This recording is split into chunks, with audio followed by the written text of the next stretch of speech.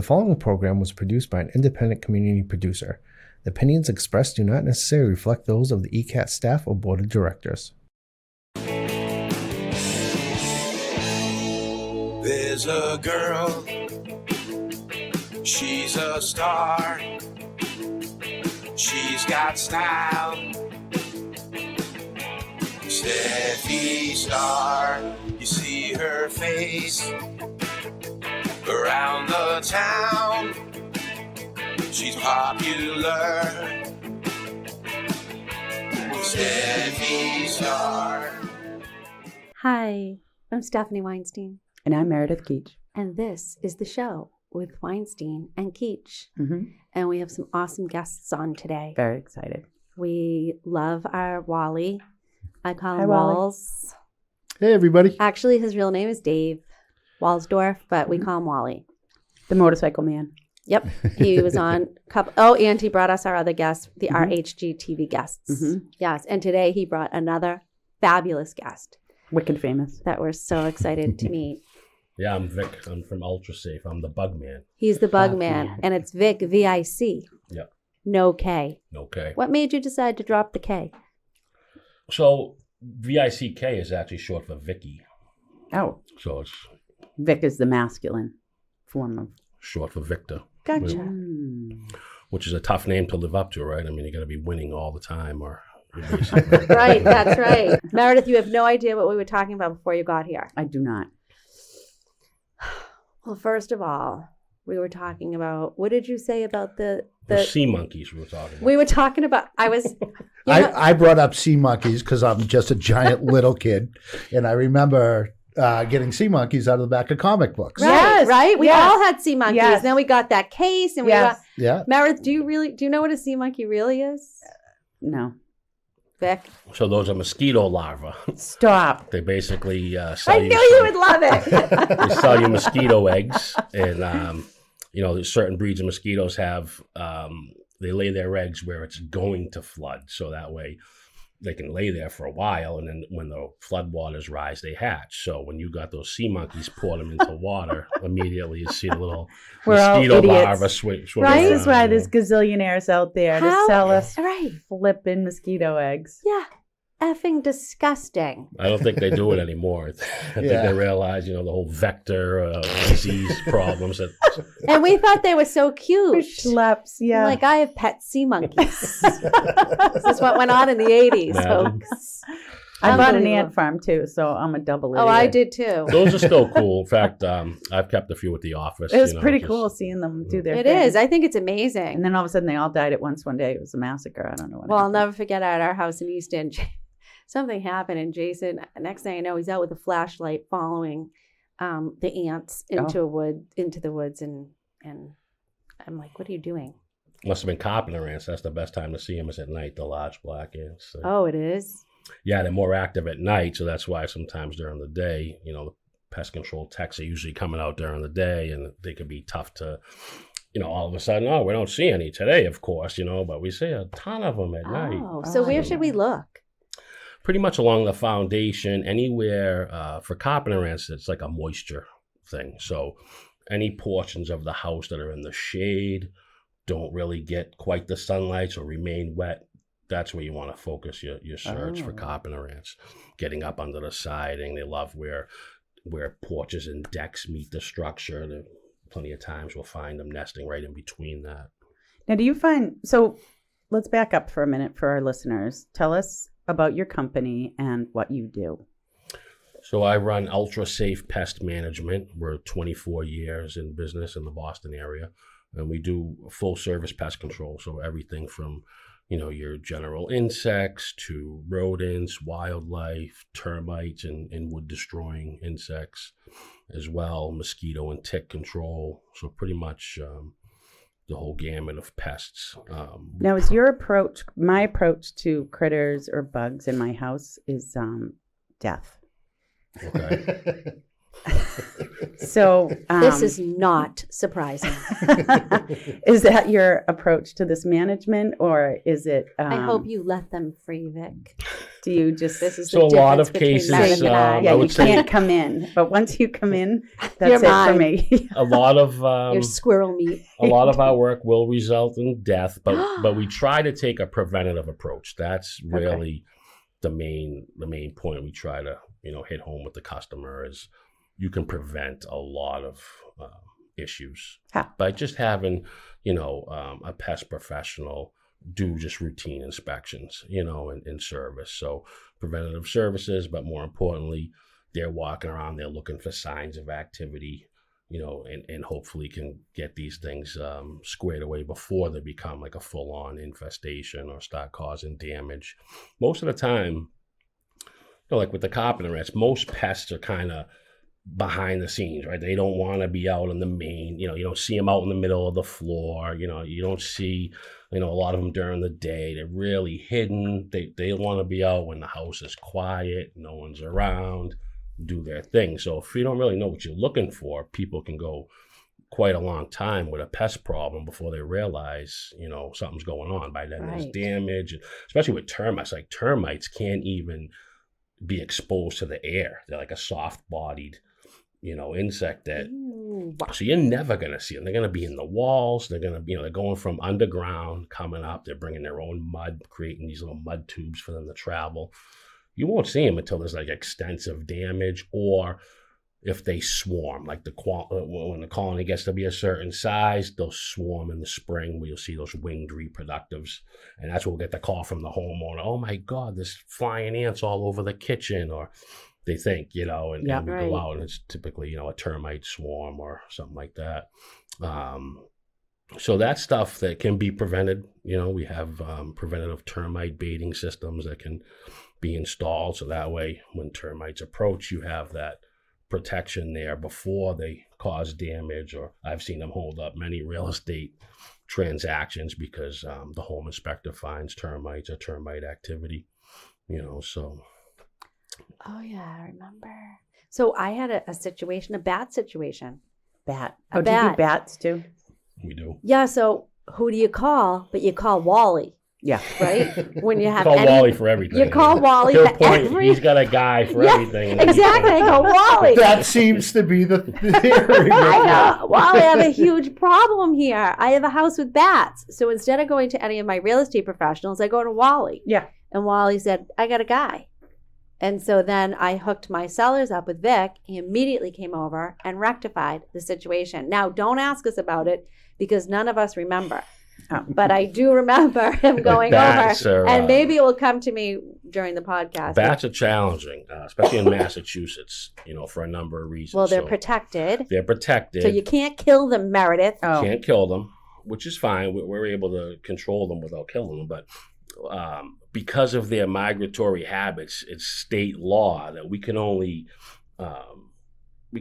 control the bats in the month of May or August, September, October. Like those are the months. So the rest of the year, when people call for Who knew? it's tough. We can't really do anything about it until that time because they're worried about, because basically the control method is sealing up all the openings that they can get in. And then the main opening that they're using, or sometimes there's a couple that they're using regularly, we put a one-way eviction device over that. Right. So that they can fly out and can't get back in. But if you do that in the wintertime, they're all going to die, right? Because there's no insects. Like they're not coming out anyway. You have to like force them out. Oh. But, and again, if you do that in June and July when they're birthing their pups, you can't do it because, again, when the adults leave, they'll be locked out. The juveniles will be at the roost with no food or resources. and then they'll die in the wall. So But you don't want that. Is a baby bat called a pup for real? yeah, I am Wait. learning so much So- already. or Wait a young or juvenile. whatever So you wait a prefer. minute. We have a home inspection. Yep. The home inspector finds that there's bats in the attic. And what month are you in, Meredith? And I'm in one of the wrong months. And the deal falls apart. And I have bats living in my house. And I have a fear hypothetically speaking, that a bat has rabies and is going to bite someone in my house. And you say, Meredith, I'm sorry, I can't help you because of their migratory patterns. And I say to you, Vic, will cash in an envelope change your mind? Ooh, I like that. I like your style. So the good news with it is, yes, we would have to wait to do the full exclusion, but the state allows for if there's any, so if the bat is in the living space or the bat, you actually have bats in the attic and one made its way down, right? It happens. They fall down a wall void. They come out the wrong crevice. Next thing you know, they're flying around the kitchen. We can remove that. We can remove that single bat or bats that is, in the living space posing a direct risk of human wildlife conflict. So if there's a chance of that happening, we can physically remove that. We can also try to figure out where the likely scenario that they got into the living space, and we can seal that up because we're not stopping them, from getting in and out of their roost and being able to hunt and rear their young. We're just stopping them from getting into the living space. So a lot of times we'll stop. I was trying to get bat noises. This is just amping up my anxiety right now. That's how. So wait, the state says I have to cohabitate with the bats until a certain month when you can get them out. That's right. Meredith. Keep them out of the living space, but we have to keep them in the attic until it's safe to get them out. Now, do you have people just calling you in complete panic, or is everybody just like, nah, it's fine, I'll wait 6 months? Both. Most of the time, if it's a bat in the living space, they're calling. It's an emergency service call. We're getting that call in the middle of the night. We're getting that call from police departments. A lot of people think I'm calling the animal control officer, but they're not going to take care of that. They'll usually refer someone like us. And isn't it true that bats have a high rate of rabies? Or no? That's actually not true. Thank God. False, Meredith. Thank God. Fake news. Yeah, when one has been in the living space with a person and the person's not sure if they had because if a bat bites you or scratches you, it's very tiny sharp teeth, you wouldn't even really feel it, Really? So if you were sleeping or somebody who was infirm, an elderly person that wasn't sure if there was contact, so you woke up, there's a bat flying around your living room, I would faint. You weren't really sure if that thing, landed on the bed and you rolled over it or something like that. So those bats should be tested. So we take them down to we have to euthanize them. We take them to the state rabies lab. They test it. You get the results like 24 hours later. I've never had, in 24 years, I've probably brought 50 or 60 bats to the test and never had one test positive. Well, of course, Meredith has a story of a death.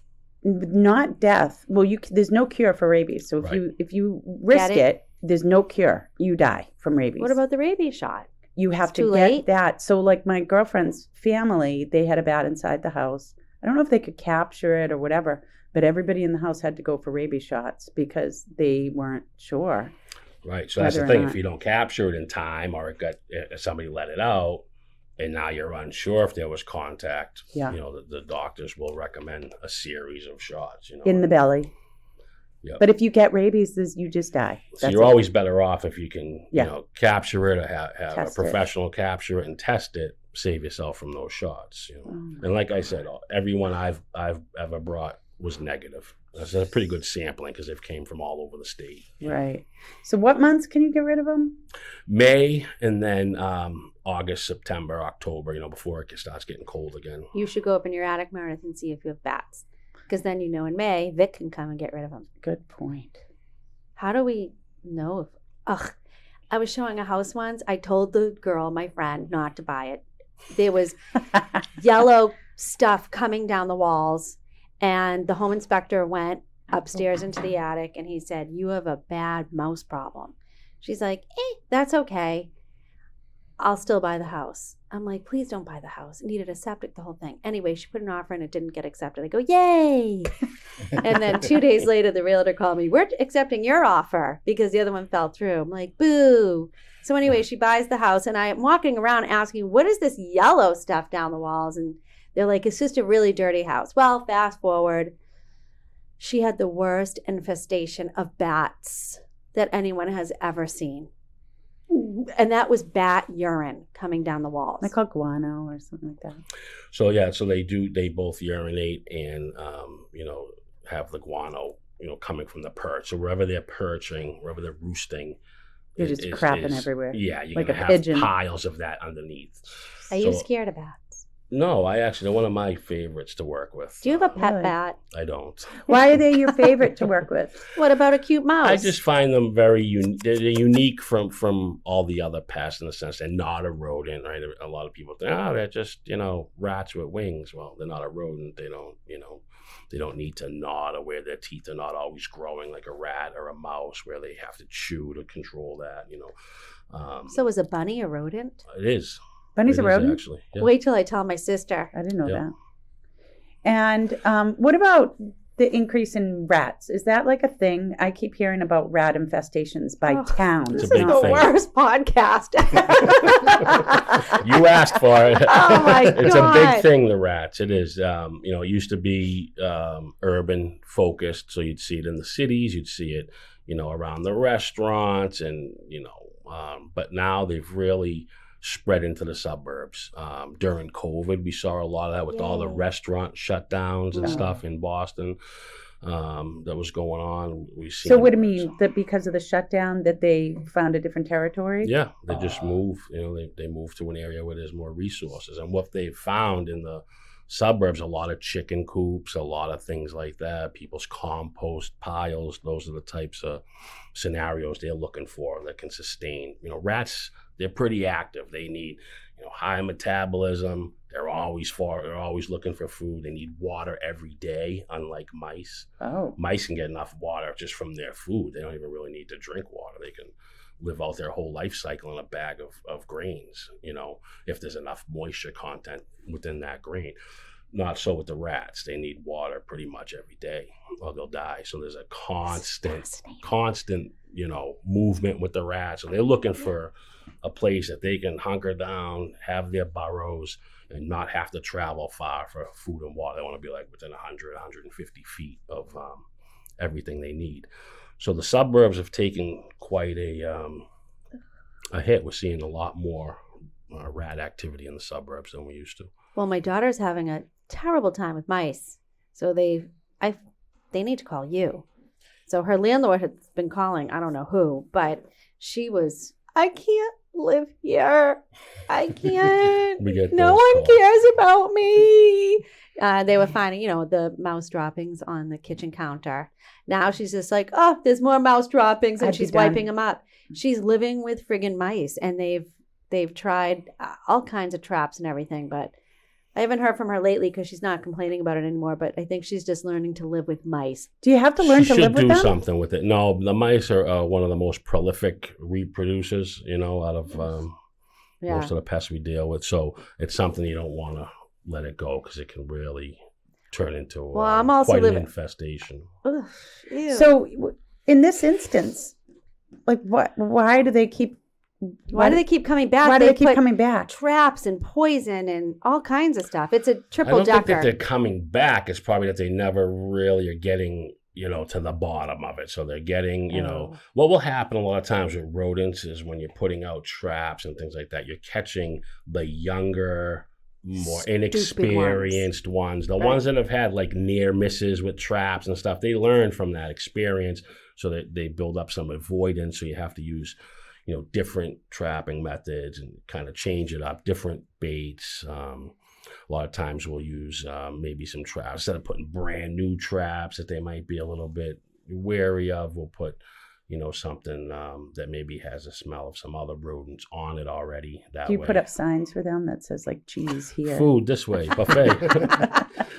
Cheese is actually probably one of the worst baits you can use. That's another is it? misconception. Yeah, it dries out so fast that then Oh. it loses its attractiveness. They don't want dry cheese. They want. What do they want, Vic? They want something a little oily that's going to remain moist. Peanut butter?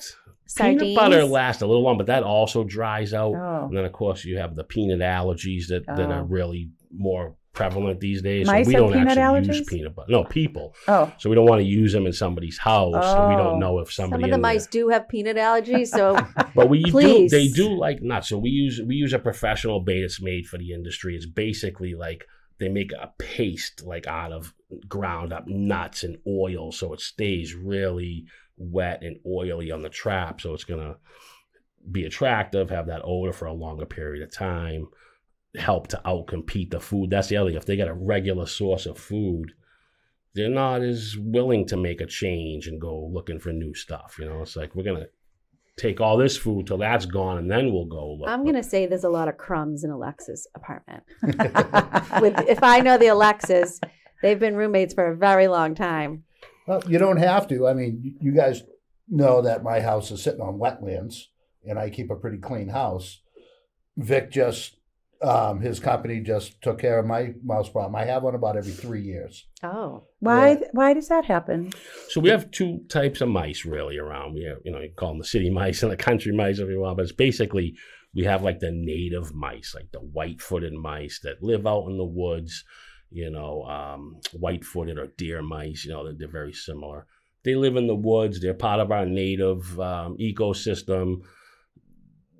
Typically not an issue outdoors, but they're the ones that when the seasons change and it starts to get real cold and there's not a lot of seeds and regular food sources, they're the ones that push to come in. So they're coming in. A lot of times they'll bring their own acorns and nuts in with them. So people will find those, I see all these cute acorn shells in my attic, where the other mouse, the house mouse, that's the invasive, that's the one that's, it's non-native, it was someone brought here, generations ago. They typically don't live in the wild. They're going to be, strictly commensal, meaning they're going to live off of people. They're going to be, within the structure. They're not going to go in and out with the change of the seasons. So you have to know what you're dealing with. The more wild mice, they tend to be in the attics, and like I said, they'll bring in their own food cache, so they don't really need to be foraging in the kitchens and stuff as much as like the house mouse. So a lot of times people don't even see the activity as much until it starts to build up, and then you hear the scratching and the ceiling and the walls at night and the chewing. I'm living with a squirrel. What? Oh yeah. So first I was petrified and I would run out of the house. Now I just hear, ooh, sorry, Adam. Now I hear this. Vic, can you please get rid of our squirrel? I hear Are scratching. There rules on when they can come? I mean, he is loud. anytime. He is scratching. It sounds Why like. haven't you had Vic in? Well, the homeowners association called someone. I don't know who, but we have a big problem with our front stairs, and we have holes in them. Yep. I think he's coming in through. I don't know where he's coming in from.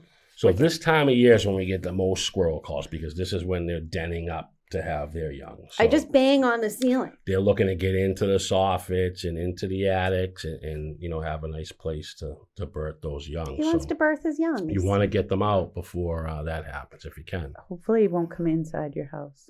Will it? It might, but usually it doesn't. It's like the bats. There's usually nothing in there for it. It's getting its food. It's getting everything it needs outside. Nice and it's just warm. coming in for the shelter. Yep. Coming in for the shelter, man. Okay. Remember my condo in North Andover? You had quite a few in there. Yeah. You had a few squirrels? Yeah, I had. It's very common, Meredith. Very common. Me and squirrels don't get along. It's the most common. Did you kill him? Wild. Probably. No, Vic came and got him out. There was one. I came home from work one day, and my brand new leather couch was torn to shreds. Shut up, Wally. What? That's not true. Yes, it is. Are So, you effing They kidding get out me? in the house, like if they, I'm it's usually by scared. accident, right? They like the bat scenario. They came through the wrong opening. They end up in the house. They flip. Yeah, Came they in flip through the out. They bathroom. rip everything up. Through the They bathroom. Yeah, and then as soon as we got rid of that one, there was more. I was in a condo and I'm top floor, Okay. so and all the storage was on top. Okay. How we got in there, I don't know, but I'm in there cooking, and all of a sudden I hear, Yeah. and I look up, he's chewing through the ceiling. What did you do? I called Vic, he got rid of it, and then I Steph, sold the can condo. you just call Vic and forget about the association? I patched the ceiling, and I patched the ceiling, and And then you called Stephanie and said, "Get me out Get of into the here." house. No, he no, probably used Aaron Waluka. No, I Oh, didn't. right. I used who sold it? Kathy Johnson from Coldwell out of Andover. Wonderful. Yeah. Thank God you used a Coldwell Banker agent. Right. Yep. Yeah, how dare you go? Okay, Kept it wait a in the minute. family. I am Okay, so button this up for me. Squirrels are coming into my living space, chewing through the ceiling. and ripping up your leather freaking couch. Or your What? screens. I've seen them destroy like every screen in the house trying to get out. You know, Oh yeah. Oh, they're yeah. trying to get out. They don't really want to be in there. you Yeah. know? What about people who have pet squirrels? I see that on Yeah, Instagram. I've seen people with pet squirrels, Yeah, pet they're skunks, idiots. pet hedgehog. I mean, you name it. A pet Yeah, skunk? Yeah. Yeah, they'll get it descented, remove What the was the scent glands. worst? Infestation you've ever seen? I any always creature. find the cockroach infestations the most, I guess eye-popping, and it's usually stems around not so much the cockroaches themselves, but in those high-level infestations where you just have a ton, it's usually the living conditions that are pretty, pretty substandard. So part of you know. that shock was from the living conditions that you The saw. conditions of the units that we're treating. Yeah. If you're getting those real heavy infestations, usually like a place of squalor type of Yeah. scenario. Hoarders. Hoarders. It's sad because it's not always somebody, you think, just clean up your act and you won't have it. But, you have elderly people, handicapped people that are maybe living by themselves and they just, maybe don't have the resources or the ability to do that. So in those situations, you want to try to find them the help. There's companies that we work with that will come in and help clean that up. And there's even a lot of state funded programs for that assistance. And Can that you will really come in. get rid of cockroaches? You can, though? absolutely. Yeah. Yeah. Really? But you can also get them very quick. It doesn't take much, and if left unchecked, they can. You can get them. You get a takeout from the Chinese restaurant. They can be cockroach eggs in the bag. Just because where the bags are being stored. Don't worry, Steph. Not you. And I don't They're mean clean. to, single out any particular type of restaurant. Any restaurant, any food handling establishment. Even I've seen them come from, somebody gets particular type of house plant or something, and there was some going on in there. Do you think there's truth to this? Because I've told the story unverified that a cactus came. My friend bought a cactus. You're not supposed to have cactus in your house. It's bad feng shui because it has prickles. I didn't know that. Well, but there was Spiders. yes. That happens. Yep. There's spiders everywhere in your It- house that you don't No, even but know. if there's an egg No, sac an in egg sac Oh. filled with baby spiders, that thousands hatched of them out will of hatch out. Okay, I need to take a break. This is too much for me. Yeah. So, Yeah, Jim, so what? do you So know how that you is cure true? that? You That call, is true. You call up Vic and you get on one of his contracts, which I've been on since I bought this house. Oh, that's in a good idea. 15. And they come out either 2 or 3 times a year. They do inspections. That's They a good idea. spray, and they're always there if you have a problem. If you get on one of these contracts at a very reasonable money, you like You're saving you yourself. call up and Yeah. I got mice in my basement. Someone's coming right out. We'll be Yep. there either later on this afternoon or tomorrow morning, and they take care of it. Vic, how much is a yearly contract? It goes by the property size and Okay. type, but on average, we have like a home protection program where we come out, every 3 months, like Right. quarterly. Something like that's going to cost you typically like $250 a quarter, but you're covered year round. So That's great. Like Wally said, if in between, there's mice or something going on, we send somebody out, no Yeah, charge, just take call. care of that. And a lot of times when they're out, they're doing that inspection, so they're pointing the stuff out to you. Hey, I found some, some droppings in the attic. We're taking care of that, setting some traps. So, it's more of a preventative. In fact, that's the way we're heading as a company, and I think even the industry. But we used to be focused on just that on-demand call out. So we're answering the calls. People have this. We're going out, getting rid of it. Moving on. Now we're going right to those programs because we see the value. The customer sees the value of having a professional. It's like only going to the doctors if you're sick, right? Yeah. You should go Right. for your physicals, your checkups, and for screening so that they can find something, before it turns into will definitely say a the problem. subscription. I had a subscription for a long time, and I just, with the way our lifestyle with our family was, the coming out was didn't work after a while, but I had them for years, and they got rid of mice because that was the first one. We had mice from a door, it wasn't a solid metal door in the basement. And so they were coming in there, and they got rid of the mice. They also found like a wasp nest in my basement that I had no idea, never would have thought. The guy was like, have you had wasps flying around? I'm like, no. He's like, come look at this. This is growing. They found a leak that had been there since the house was built, just in doing their patrolling. Oh. There was a nail that went into a pipe that was a slow drip. So that in and of itself saved me a lot, $1 gazillion of potential damage. They did the perimeter. And then this was a weird one. We took down all the trees around the house. Then we had a spider problem. So that was another thing. But I need to get back on that. So that probably had something to do with the trees. They Yeah. were probably finding everything they needed in those trees. And then when you took them down, Yes. they just moved to the next. That tree was their structure. And then your house became, Yes. that. That was... So yeah, there is, I can't. That's It's hard for me to believe that there's any house out there in the state right now that doesn't have some pests going on. Right. Just because people aren't seeing it doesn't mean it's not happening on a regular basis. If you're not looking, they're not looking to be seen. So, it can go undetected for a long time. Steph, you need to get rid of that squirrel. I have. Oh, Yeah. yeah. Have you had to go get like big critters out of people's houses, or snakes, or things that like... We do get the calls. There's not a lot of most of the snakes around here are pretty docile, pretty harmless. Your garter snakes, your milk snakes. But some people, they have a zero tolerance. They see a garter snake in the basement, they're calling, we go and get it. They're calling 911. I try to talk them down. They're burning their house down. It's just down. a garter snake. It's harmless. I don't give a shit. Vic has What to kind calm of them. snake? Calm down. Take a breath. Yeah. Vic has to be a therapist They say as well. no, we do, but with that, a lot of times it's like they don't care. They don't care. Just come get it. I don't care what kind of snake. You keep it. But for larger wildlife, yeah, raccoons. Raccoons. You've had raccoons in? skunks. Yep, that's a pretty common one. Where they get in a lot is in people's chimney stacks. Oh. So if you're not really, back in the day, everybody was using their fireplaces, not so much anymore. It's usually just a kind of a vent chase, to vent your boilers and your heaters and stuff. So what will happen is they'll climb down there at this time of year, similar to squirrels. They start dropping their young, sometime usually in March. So they love to just climb down that chimney and make a nest right there. So then when the young are born, they're very vocal. So people, they might not hear the adult coming in and out. They're pretty stealthy about it. But then once those young start, when the adult leaves, they're calling for us. You're hearing those vocals.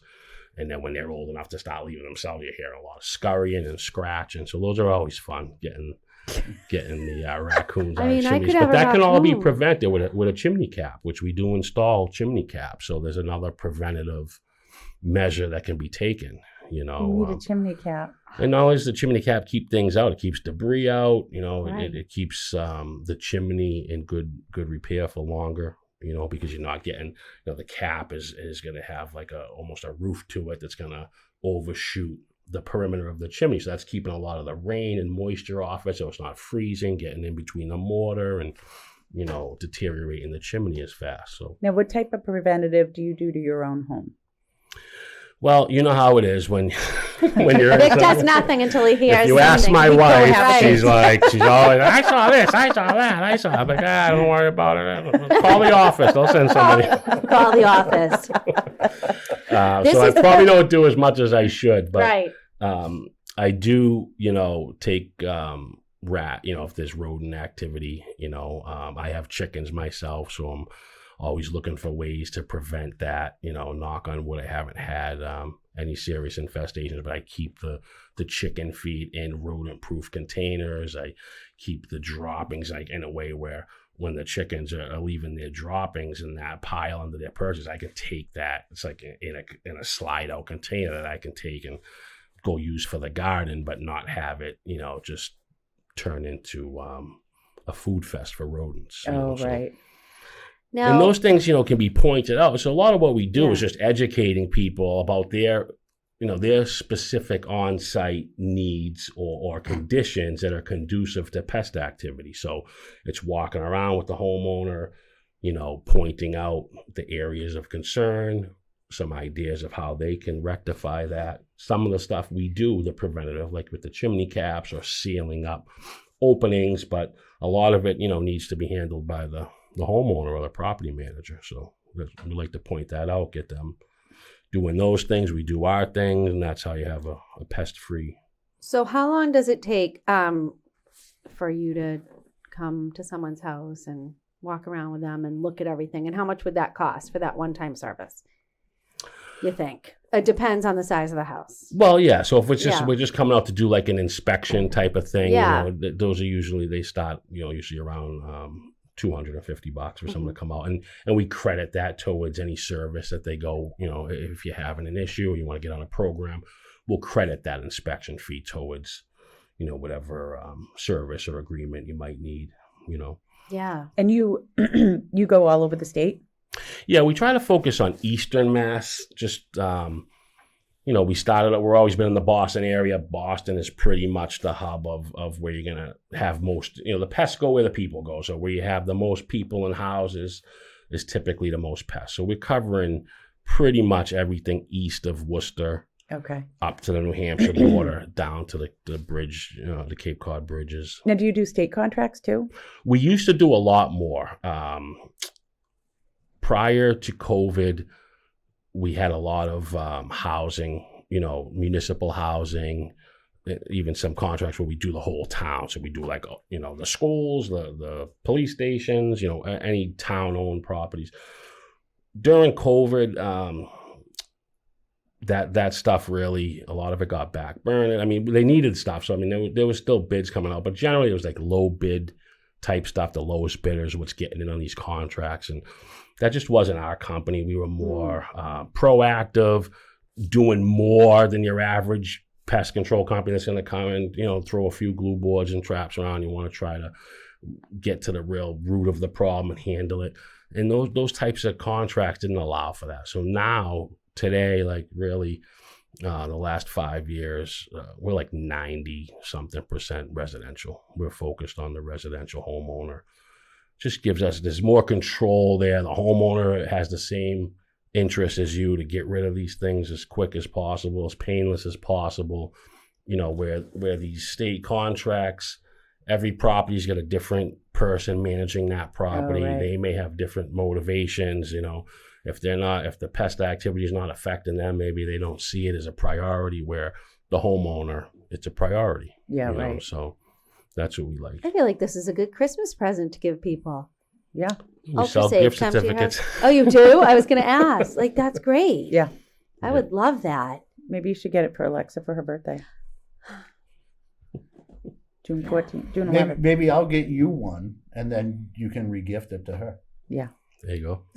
No, I need it.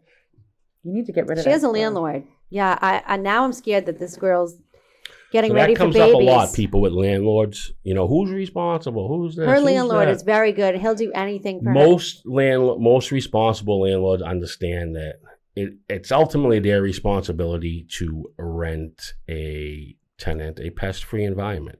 So at the end of the day, the landlord is responsible. That's not to say that tenants, sometimes pay for it because they want to make sure it's done a certain way by a certain company. But if tenants call, the first thing we usually ask them is, have you talked to your landlord about this? Because they may already even have somebody under contract for you. Because that's the thing. If you go and call on your own and you didn't talk to the landlord and you had somebody come out, you may have trouble getting reimbursed just because they may say, well, we had a pest company under contract, so had you called, we would have just sent our person out. Right. So it's always good to check with the landlord first. Yeah. Engage their level of commitment to it. Most of the good ones will send some, call somebody like us. If they don't already have somebody, come out and take care of it. And what about the chemicals? Is it chemicals to get rid of bugs and stuff? Is it something that you have to be worried about? It's definitely evolved a lot over the last dive in? 20 years. They've gotten a lot safer, and our company tries to rely on the spraying the least as possible. So targeting, and even when we are applying materials, it's like very targeted to the crevices and the points where the pests are actually getting in, more so than just broadcast spraying. I would say with ticks, we still do some broadcast spraying because you really have to get that focused into like the leaf litter and the areas where the ticks are hiding, and it's just such a broad area around the property that you kind of have to still do some power spraying. But for the structure itself, our approach is mostly trapping, baiting, exclusion, so sealing up the holes, identifying problems in conducive conditions and that type, removing those food sources. And so do you do, sorry, Steph, go ahead. Do you do mosquito spraying too? We do. So you do mosquito and tick? Mosquito and tick. That's become, we didn't probably the first 10 years we were in business. Meredith, you love a mosquito spray. Yep. But yeah, like the last, 10 years or so. That's going to be lucrative. Strong. I know somebody who bought a sprayer, truck sprayer, and he paid it off like in his first year. Because everybody's like, sign me up, please. I don't want mosquitoes and ticks in my yard. So how do you do that if you don't have a truck, a spraying truck? Do you? We do with backpack sprayers. Oh, yeah. For that. So you'll have. And so what do you walk around the yard? Yep. Spraying the vegetation. So mosquitoes, think of them like vampires, right? They're small, relatively, soft body. Like they desiccate fast, so they can't really be in the direct sunlight for long. Mosquitoes. So that's why, you're going to find them. You're going to find them right at dusk, early morning, and during the day, they're going to all be hiding in the shady area. So under porches, under sheds, thick vegetation. So those are the areas we're focusing, the treatment on. I feel like you need a mosquito and tick spray. I do. I have it. Everybody can use that. Yeah. It comes like every 3 weeks, I think. Yep. Starting pretty soon, next month maybe. Oh. I mean, it's dramatic having your yard sprayed and then you have a party, as long as it's not raining like crazy. But if it's a normal, you don't have mosquitoes. Wow. I mean, it does make a big impact. I mean, you might still see a couple because the wind can blow them in from any direction. Of course. Right. You're not having them like that. Those resident mosquitoes. Yeah. I mean, it's a game changer. Absolutely. It really is. At least for my yard. But we don't have any water sources around our yard. We basically cut down all the trees. People don't realize, that's the number one thing with mosquitoes. So is the water, right? They're going to be close. So even just a tiny, a spare tire, a planter, a kid's toy that's holding just what you think is just enough water that's in this bottle of water, thousands and thousands of mosquitoes can hatch out of that, So, wow. Think like those sea monkeys, what I mean? Little few eggs in there, and it's going. What a way to kill an outdoor party. And mosquitoes, they live their whole life cycle. Depending on the species, they're pretty much living their whole life cycle out in a matter of days or weeks. Now, remember the fogger that we grew up with? I think it's still sold. What's the difference between the fogger chemicals and what you spray? You talking like the mosquito magnet type of? No, meaning like the big guns. You put it in. You light like it. Our dads would then you spray it around the yard, and then we all got take cover cancer afterwards. Yeah, so it's typically there's ULD foggers. So if the material is more of an oil based, it would have a different mode of action for that. Nowadays, most of it is water based. So you don't really need, the high temp equipment. It's really, basically, it's like a leaf blower that's just blowing out the idea is just making those water particles into a mist. That's the idea, is to get that mist to travel into that thick vegetation. And what kind of chemicals does it have in it? So there's all different ones, it's just a matter of choice. We like the lower impact, a little more eco-friendly, stuff, because we're applying it every 3 weeks, type of thing. So I had a flea problem when I first moved into my condo in East Taunton. Really? Yeah. So Jason and I how long ago? 100 almost years 30 years okay. ago. Yeah. So Jason and I we buy this condo, and then we go away on our honeymoon, and then we come back from our honeymoon, and now it's the first night we're going to sleep in the new condo. I wake up and I'm covered with flea bites, and I counted them, and I had 52 flea bites. I believe it. Jason did not have one because they chose me as the host. So I called my mother and I said, I want to come home I don't want to be married anymore, and I don't want to live here.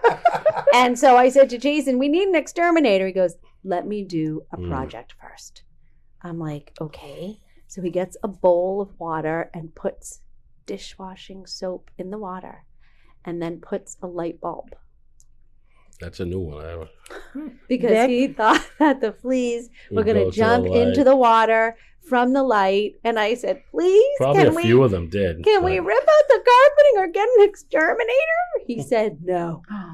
I basically said, there's no place for me to sleep except for on the kitchen table. So it's funny you said that. And the reason I asked how long ago is because fleas are making a comeback. No, in fact, they've died they're out? all but gone. Yeah. So what happened was, really, when I first got into this industry, almost 30 years ago, it was a big thing. Right? Vic has killed all the fleas. Fleas were like a common call out. Really? Today, once or twice a year. Why is it because all the collars that the pets have on now? That and think about 25, 30 years ago, the amount of strays there were. Like when I was younger, before I moved to Saugus, we lived in East Boston, and East Boston, there was cats everywhere. I mean, you could go out in the yard, turn over a pail and find kittens, it was like, so that, all the stray cats we had. So, here's an example of how human behavior can prevent and even eliminate something like fleas, right? So they started doing, and I was part of this back then, we would trap the alley cats. All right, so you'd have all these resident cats at the housing developments all over the city. They would hire us to go and trap them, and so we put cat food in our raccoon traps, and we would catch them and we would bring them to this place. It was called the Alley Cat Society, and what they would do is they would spay and neuter them, give them any medical treatments they needed, and then we would bring them back and release them. Oh, wow. In the same spot. The idea being they're territorial anyway. So just trapping them and euthanize them wouldn't work because other strays would take over that territory, right? Whatever resources. So by putting them back there, they're still defending their territory, but they're not reproducing. Oh, right. So as they died of old age, you don't see it. Now you drive around the city, you very rarely see stray dogs or cats. And doing that helps eradicate fleas. But that's the interesting thing about the pest industry is it's always those new and upcoming trends, where fleas were such a big thing, but yet no one heard of a bed bug yet, right? At that time. And then all of a sudden that became a whole We need to talk thing, about that. Are those still around? They are. Nowhere near where they were, where the media would have had you think they were in the, early 2010s, that type. And again, through awareness, people learning about them. Now they check their bed when they go to the hotel, or they're looking for stuff. They're careful where they. What do you do? Travel. Bring their stuff. Look under home. the sheets. You got the around the edges. You want to look around the corners. The tufts of the mattress for staining. They leave their little blood droplet staining, so it look like. I don't stay in those kind of hotels, Vic. You also want to be careful where you're putting your luggage and stuff. Keep it up high on flat, hard surfaces. You don't want to keep it, on the floor near the bed, because that's their motive. That's how they're successful. They're great hitchhikers. So they're looking, you put your bag down, they're looking to just climb up in that crevice and end up somewhere else. It's just their natural instinct is to, put themselves in a position to be transported. They don't really transport themselves. But through detection, we used to even use the detection dogs to sniff them out. But again, early detection, now hotels and those places have regular inspections of the rooms. That goes a long way because now, okay, we got some bed bugs here. We can treat that room before it spreads to all the adjacent rooms and then all the adjacent rooms from there. And now it's like all those people are bringing them home to their houses. Obviously, the Alexas had a bed bug infestation at UMass Amherst. They did? Oh, of course they did. There was a spider infestation when I was there, and my girlfriend got bit. In her dorm, the whole thing had to be evacuated because it was a spider that was biting some of the students, and my girlfriend got bit right here, and it was nasty. I had 12 spider bites the day before my wedding. What? On my back. You got a lot going on. Vic, I know that you said you were from Saugus, so I just want to put this out there.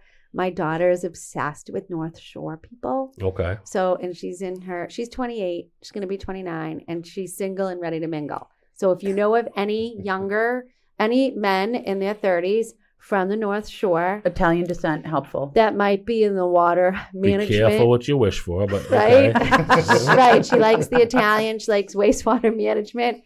A tattoo and occasional smoker's fine. Okay.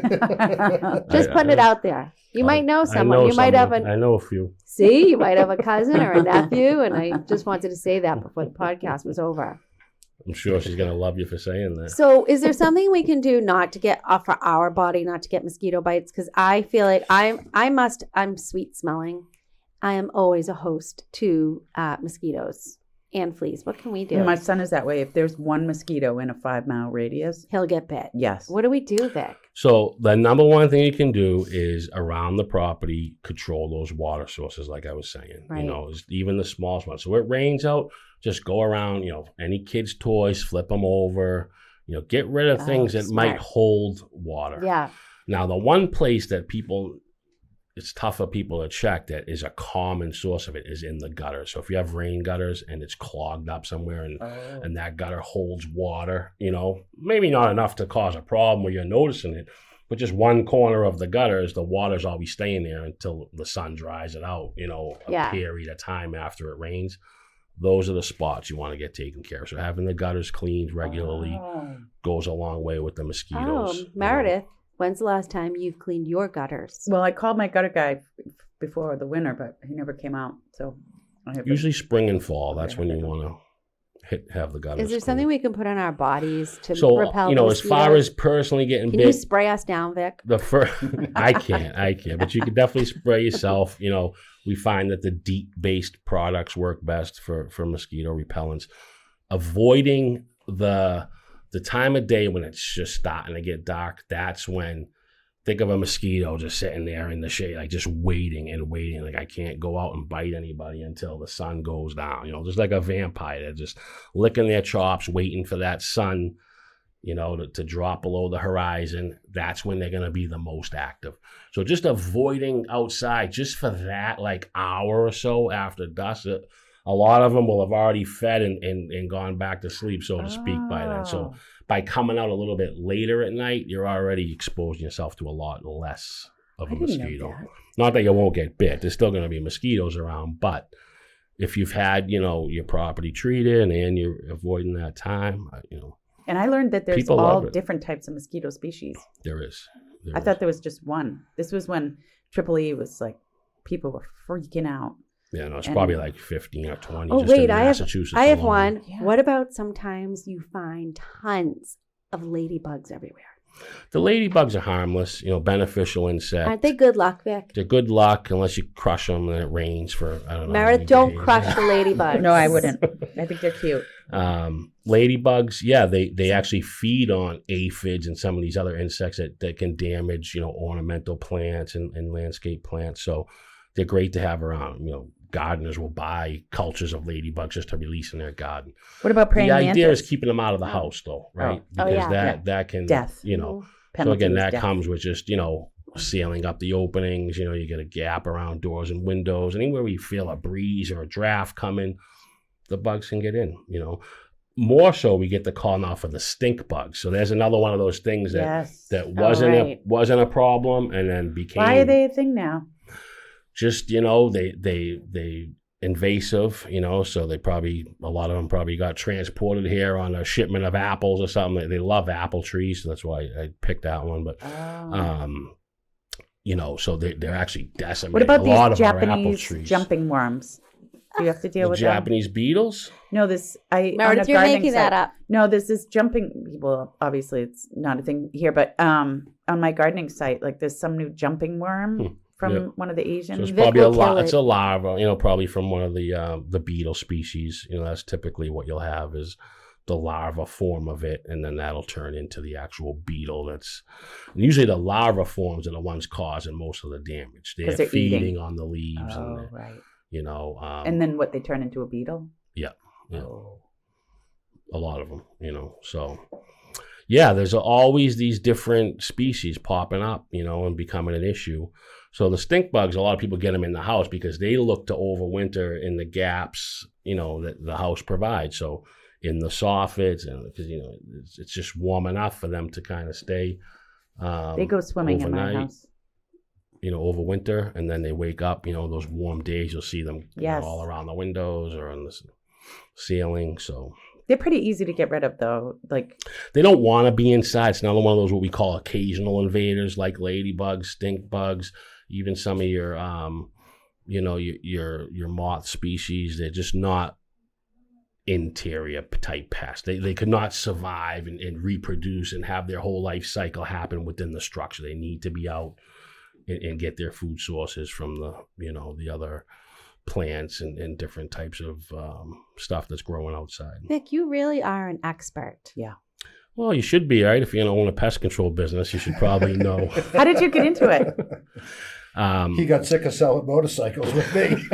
Oh, you sold motorcycles with Wally. Now it's all coming together. So that was actually connected. I used to have, when I first started this business. Connected like the mob? Well, we won't go there, but, we used to, when I first started out, the winters were kind of slow. You don't have as many species, So I would sell motorcycles in the afternoons and on the weekends, supplement the income. So that's actually how I met Wally and, a lot of other people through the motorcycle industry.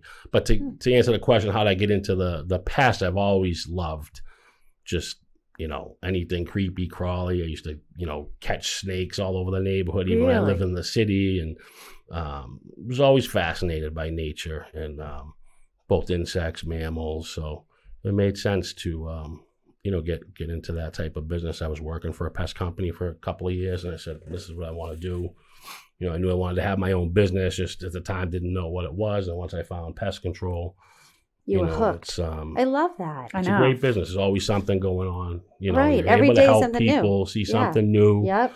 And even over the years, you've seen, like I said, fleas, that was a big thing. Now we don't see much of it.